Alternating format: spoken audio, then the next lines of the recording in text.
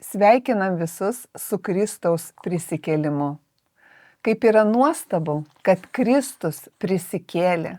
Ir tai yra jėga, kuri keičia mūsų gyvenimus.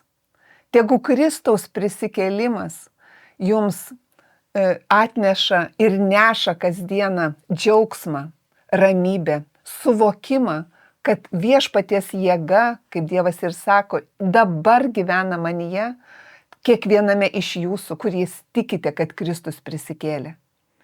Kristus prisikėlė tam, kad šiandien kiekvienas, kuris tiki Dievo žodžiu, gyventų jėgoj ir sveikatoj, gyventų ramybėj, pasitikėtų viešpačiu, kad neišgąsdintų kiekvieno mūsų aplinkybės ar situacijos.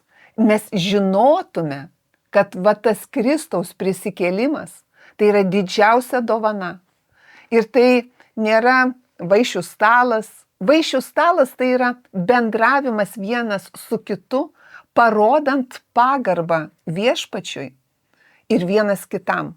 Parodant, kad mes vertinam ir branginam ir kad viską, ką turim, tai turim iš Dievo malonės mums kiekvienam. Velykos tegu jum būna gerumo, pilnatvės, vieno kitam pakantumo laikas.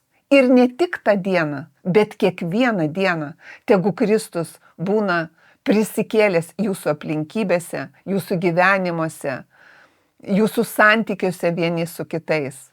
Nes viešpats mirė ir prisikėlė tam, kad mes turėtume jėgų atleisti, kad mes turėtume jėgų vienas kitą pakelti, palaikyti, įkvėpti, kad mes, žiūrėdami į Kristų, elgtumėmės taip, kaip Kristus elgėsi žemėje su žmonėmis.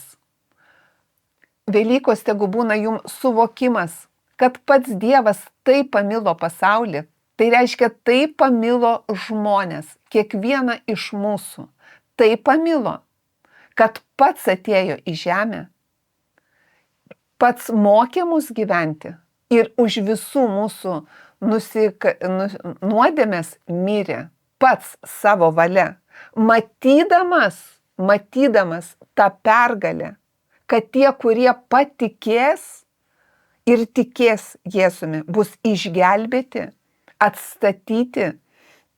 išgelbėti amžinai ir atstatyti žemėje, atstatyti santykiai, atstatyta sveikata, atstatyti gyvenimai, kurie yra sudužę, sugriuvę gal. Bet mūsų viešpačiui nėra nieko neįmanomo. Tegu ta viltis, tas suvokimas, kad Jėzus šiandien gyvas, duoda jum jėgų kiekvieną dieną džiaugtis gyvenimu, nes Jėzus tikrai gyvas ir jis gyvena šiandien mūsų tarpe, mūsų širdise.